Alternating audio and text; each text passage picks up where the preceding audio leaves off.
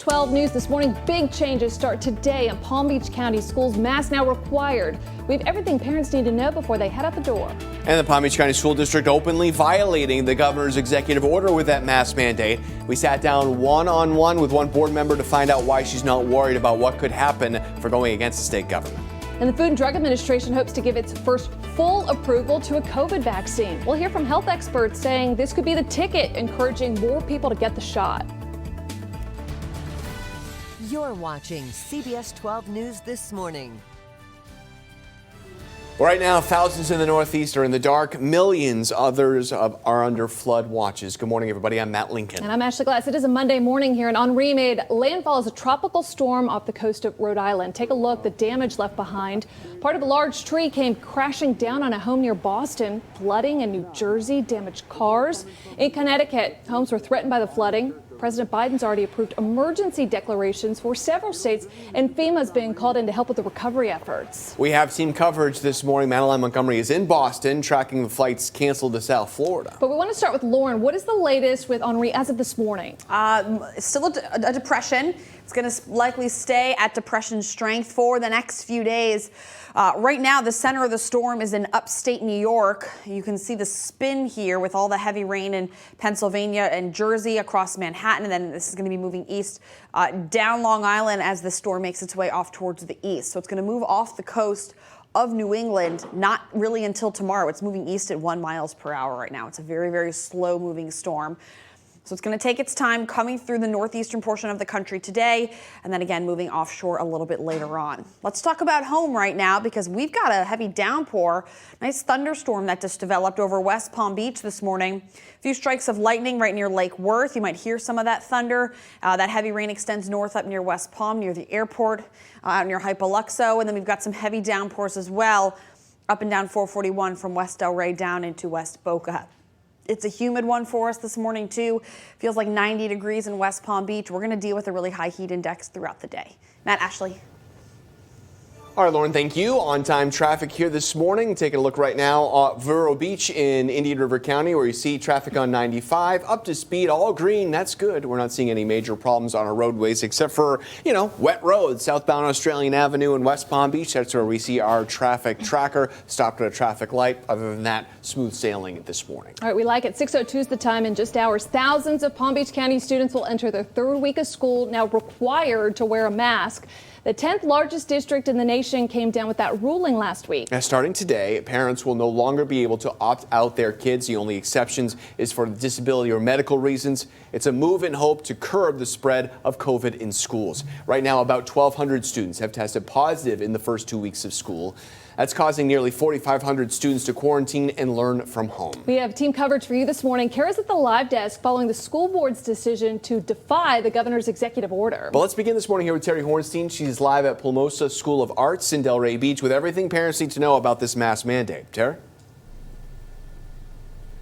Hey, good morning, Matt. Students here at Palmosa and staff here at this school, as well as all the schools within the Palm Beach County School District, will no longer have to have an option. They will now have to mask up as they enter through the doors on buses as well as in the classroom, all while they're inside, unless they have a documented disability or health condition. And that's because, as you said, the cases here continue to rise. We're talking more than 1,000 students and staff with COVID and thousands more forced to quarantine because they came in contact with those students with the virus. The decision made after the Palm Beach County School Board voted on this last week. The concern of the board, really keeping children safe and in the classroom as often as possible. The board says they're not concerned with new state regulations from the governor's office. Those regulations meant to give parents the choice on whether or not their students wear masks. In my heart, I believe we're keeping our children safer by requiring that everyone wear a mask on our campuses. God help us if we expose a bunch of children in a classroom to an infected person and they all come down with COVID. The district will provide 5 washable face coverings to each student. Some parents say they won't comply today, but most will. So again, today on all Palm Beach County campuses here, school district campuses, parents, staff, students, when they're on campus, they will have to wear a mask, and on those school buses again, unless they have a disability. Now, in our next half hour, we're going to hear from parents who say their students will not be wearing a mask as they head indoors. today. We'll have that coming up for you in about 30 minutes. Well, that siren's lightning in the area, Berteri. She's got to get safe there. All right, Interim Superintendent Mike Burke suggested a first offense for refusing to wear a mask could result in a warning, and repeated violations could result in a child being sent home. But a lawyer with the Palm Beach County School District says there's not much they can actually do to punish a student that shows up to school without a mask. Well, there's nothing legally you can do to force a student to wear a mask. So that presents quite a problem. Even discipline is something that could present a problem and could present challenges as well. The district also says it is relaxing quarantine rules for COVID exposure. Students can return to class if they are asymptomatic and fully vaccinated, or can show proof that they are tested positive for COVID-19 and have recovered in the last 90 days. So now the Palm Beach County School District has put itself in quite a position where it is openly violating the governor's executive order. Yeah, State Board of Education's already warned school districts they could be punished for this. Yeah, let's go right now to Kara Duffy. She's picking up from the live desk, the big story of the morning. Kara, what are they saying about going against the governor? Well, Matt, school board members aren't backing down in their decision to go against the governor, standing by their move to impose a mask mandate. CBS 12 News sat down with multiple school board members who told us they were swayed to vote in favor of this because of the rising cases within the district. Within just the first 2 weeks of school, the district's total COVID case count already a third of what was reported all of last year. Doesn't look good. Here's what board members and one of the architects of the district's mask mandate had to say to our Jay O'Brien. Take a listen.